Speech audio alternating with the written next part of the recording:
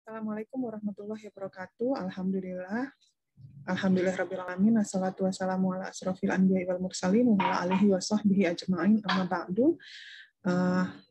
Teman-teman peserta KKNDR tahun 2021, khususnya kelompok 3, hari ini kita akan membahas tentang proposal individu KKNDR. Saya akan mereview salah satu proposal dari teman kita, karena saya lihat ada beberapa mahasiswa yang belum mengumpulkan proposal KKN individunya. Mudah-mudahan dengan review ini bisa memberikan inspirasi kepada teman-teman yang lain bagaimana membuat proposal yang baik.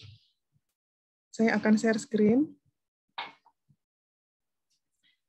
Ini salah satu contoh ya. Jadi ini proposal dari teman kita namanya Siti Hairunisa, kelompok 3 KKNDR. Jadi di dalam proposal itu yang paling pertama dilihat adalah cover ya. Ini saya lihat masih ada typo. Jadi dibaca sebaiknya sebelum dikirim dibaca ulang. Kadang-kadang ada kesalahan penulisan. Nah ini, tapi secara umum saya lihat proposal ini sudah cukup baik ya. Jadi kalau di cover itu biasanya menampilkan apa nama kegiatannya. Kalau ini kita kegiatannya adalah KKNDR. Kemudian ini disebutkan identitas dari tempat pelaksanaan KKNDR-nya. Kalau Hairunisa melaksanakan di Kelurahan Ciasmara, ini di Bogor, Jawa Barat. Kemudian pelaksanaan kegiatannya tanggal 1 Juli sampai 30 September 2021. Lalu ada nama peserta KKNDR, kemudian ini ada lembaganya ya, PPM UIN Syarif Hidayatullah Jakarta. Selanjutnya, ini langsung ke latar belakang ya, jadi bisa ditampilkan latar belakang secara umum dulu. Jadi kondisi kita saat ini tidak hanya di Indonesia, tapi seluruh dunia itu sedang ada pandemi COVID-19. Kemudian dan COVID-19 ini berimbas terhadap semua kegiatan ya, termasuk dengan pekerjaan, para pekerja melakukan work from home dan para pelajar melakukan learn from home gitu. Nah, boleh juga kalau misalnya kalian mau menyampaikan data, misalnya data kalau per hari ini per tanggal 19 Mei 2021 misalnya ditampilkan ada berapa data korban di Indonesia gitu. Itu boleh saja sebagai review gitu. Kemudian lalu dikaitkan dengan KKNDR-nya. Kenapa ada KKNDR? Ya karena ada pandemi tadi, sehingga semua dilakukan secara daring, misalnya gitu ya, KKNDR. Jadi yang tadinya KKN secara reguler itu satu kelompok melaksanakan program kegiatannya di desa tertentu, misalnya, tetapi dengan adanya pandemi ini akhirnya melaksanakan KKN masing-masing di wilayah domisilinya. Nah, ini contohnya Siti Hairunisa, ini dia melaksanakan kegiatannya itu di Desa Ciasmara.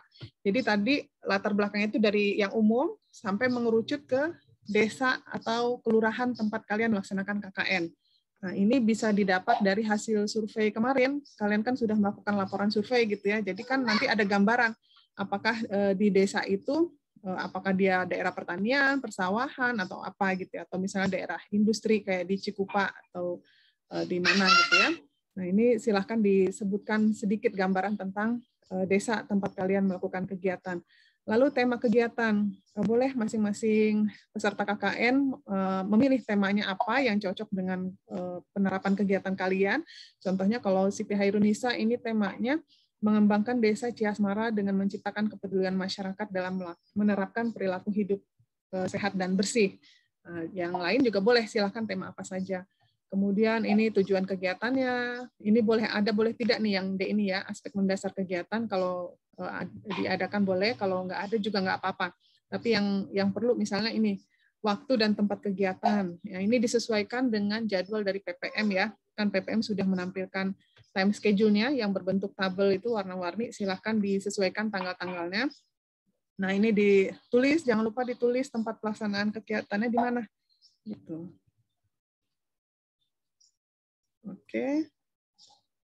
Kemudian program kegiatan. Nah, program apa saja ya? Kalau dari PPM itu kan ada 4 ya. Dari UIN Syarif Hidayatullah Jakarta itu ada 4. Misalnya ada pencegahan penyebaran COVID, kemudian ada inovasi pembelajaran, ada kalau nggak salah sosial kemasyarakatan, terus satu lagi ada keagamaan. Nah, jadi kalian hanya memilih 2 isu saja. Nah, kalau si Hairunisa ini kan dia isunya hanya 2. Pencegahan penyebaran COVID dengan inovasi pembelajaran. Lalu penutup. Jadi sesimpel ini ya proposalnya, cukup simpel. Yang penting dia mencakup semua informasi yang dibutuhkan. Jadi nggak perlu panjang lebar, singkat, jelas, padat.